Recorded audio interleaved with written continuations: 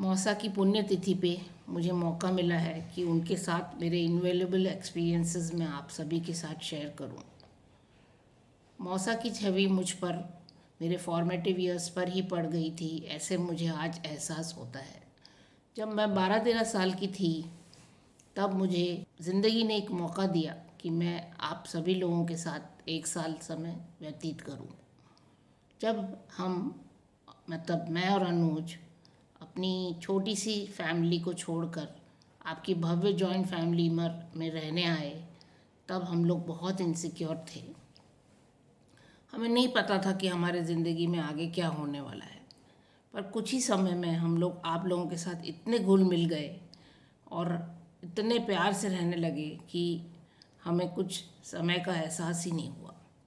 सब लोग इतने खुशी में और पीसफुली रहते और हर जगह मौसा की साइलेंस प्रेजेंस महसूस होती।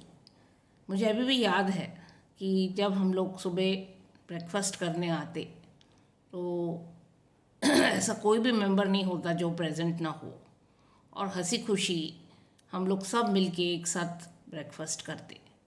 ये शायद उस घर का रोल था जो कि बहुत महत्वपूर्ण है। आजकल की भाग दौड़ वाली ज़िंदगी में ऐसा कोई करता ही नहीं, सब अपनी अपनी लाइफ में बिज़ी होते हैं, पर हम इतने मेंबर्स होकर भी सब मिलजुल के रहते और बहुत ही पीसफुली और खुशी खुशी अपना ब्रेकफास्ट करके सब अपने अपने कामों में निकल जाते। उनके एक ड्राइवर थे पंडित जी, जो हम सभी को अपने साथ कार में ले जाते थे, स्कूल ले जाते थे। हमारी सिक्योरिटी का बहुत ही ख्याल रखा गया मौसा द्वारा। घर में बहुत ही चहल पहल हुआ करती थी, इतने सारे लोग, हम लोग हमेशा सराउंडेड रहते थे, या तो कोई फ्रेंड्स या तो रिलेटिव्स।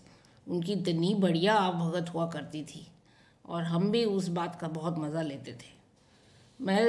मुझे तो ऐसा एक्सपीरियंस हुआ कि बड़े बड़े सुपरस्टार्स जैसे कि राजेश खन्ना, मनोज कुमार, सायरा बानू, इन लोगों के साथ हम लोगों का उठना बैठना हुआ। Can you believe it?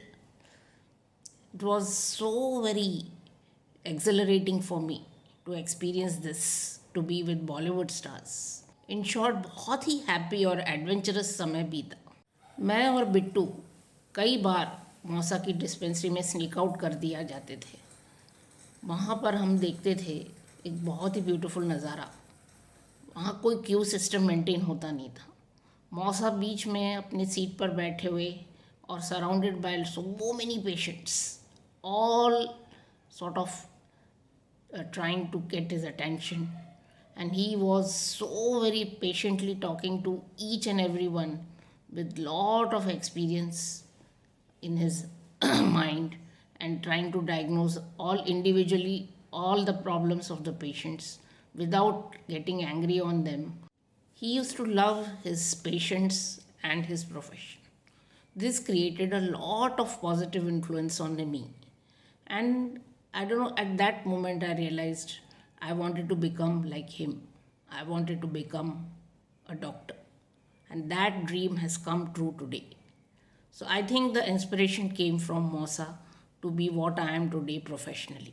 मुझे याद है कि मैं जिस स्कूल में ज्वाइन हुई थी, नई स्कूल में सेटल हो नहीं पा रही थी because of change in environment, and मेरे ग्रेड्स भी बहुत ज़्यादा गिर गए थे। I was feeling so low, and मौसा he realized that I was not settled. So he inspired me to take part in a fancy dress competition where I became a Maharashtrian girl, and you won't believe I got a prize. And that was a very big moral booster to my low feelings and for me to feel positive. मुझे अब एहसास होता है कि जो मेरा 1 साल important गुज़रा हरिप्रिया में, उससे मेरी पर्सनैलिटी में बहुत मैच्योरिटी आई और मेरी काफ़ी। मौसा को क्रिकेट का बहुत ज़्यादा शौक़ था और वो हमेशा कमेंट्री रेडियो पे सुना करते थे और घर में हमेशा क्रिकेट की चर्चाएं हुआ करती थी।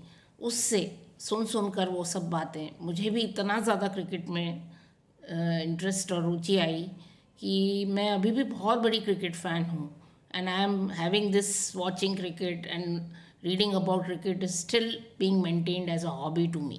मौसा को गुलशन नंदा के नॉवेल्स पढ़ने का बहुत ज़्यादा शौक़ था और वो हमेशा अपने लेजर टाइम में जब भी वो समय निकाल सकते थे दोपहर को वो नॉवेल्स पढ़ लिया करते थे। और हमेशा हमें हर वीकेंड पे अप्सरा और ईस्ट थिएटर में नई मूवीज़ देखने ले जाया करते थे। In short he was a very fun loving person. मौसा was one of a kind and I find myself very lucky to grow under his guidance. But he left us so early in life. His memories will always be cherished by me, and they are still very fresh in my mind. I love and respect him. He was a great person. Namaste.